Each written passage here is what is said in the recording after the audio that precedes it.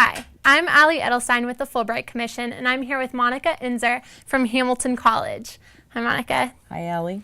Why should European students pursue a liberal arts degree in the U.S.? That's a great question, Allie, because I think the liberal arts are largely misunderstood in many places in Europe. I think that the liberal arts, first of all, is not a political philosophy. We want to make sure people know that the liberal arts refers to freedom, liberal, free thinking, and that's the whole idea of an education philosophy that is about free thinking. We expose students to lots of different areas. So unlike the European system where students are prepared for one area, one career, one focus, and they really specialize early on and very focused study, the liberal arts embraces a philosophy that we're preparing students to do many things. We're focused rather on a skill set, on a group of values and skills that we want all of our graduates to have at the end of 4 years that they can apply to any field and not just one discipline. Our students will still graduate with a major at the end of 4 years. They still will have a specialty area, but they'll be exposed to English and writing and math and science and languages and cultures and ideas.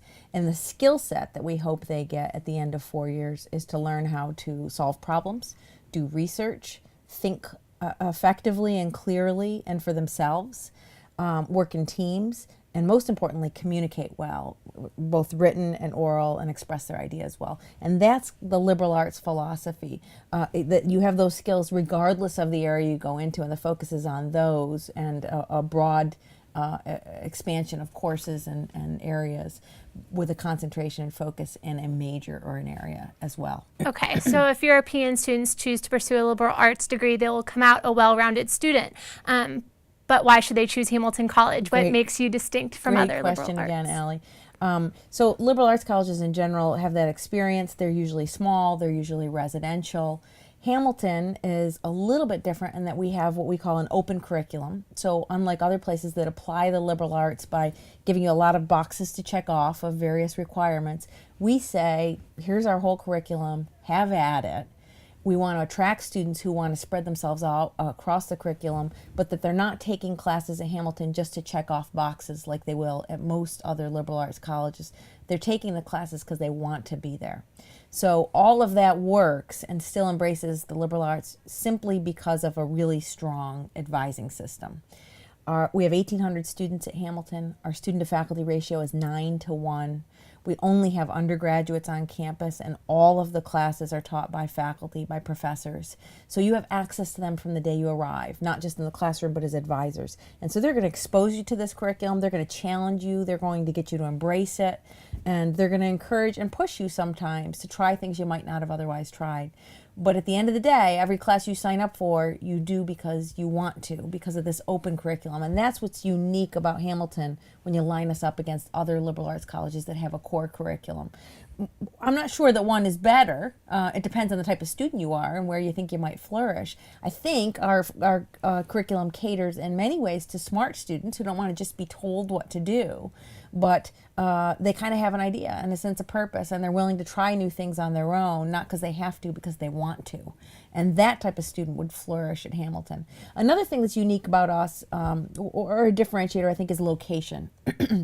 There are so many great education options in the world, and certainly in the U.S. And if you narrow it down to liberal arts colleges as well, Hamilton is located in Clinton, New York, not to be confused at all with New York City. We're 4 hours from New York City in a fairly rural community with access to all the creature comforts and the things that students would want to enjoy. But we're on a hill surrounded by cornfields with all 1,800 students living there and operating like a small city in a community that really connects and gathers together on that hill for the sake of Hamilton and for this great experience. The faculty, too, most of them live within a 3-mile radius of campus, and so they're very involved, not just in teaching and advising, but in going to football games and theater productions and having meals in the dining hall and bringing their family there. So it's very much a strong community, and students who sign on for Hamilton want the liberal arts, want the open curriculum, but want that kind of residential experience that is a hallmark of Hamilton. And you talk about a very unique environment. Have you all hosted many international students and seen them flourish in this type of environment? We are very committed to having cultural diversity, geographic diversity, ethnic diversity on campus. Right now, we have 5% of our student body are international students, but an additional 7% are dual citizens of the United States in another area, another country. 25% of our students are either ethnically diverse from the U.S. or international, and we have students from 49 states and 45 countries. So in spite of this location that is in upstate New York, we have students really from all over the world on our campus, and we embrace and celebrate that. Well, Hamilton College sounds like a great place for international students to look into pursuing a liberal arts degree. And Monica, we appreciate you and Hamilton College being here with us. Thanks, Allie.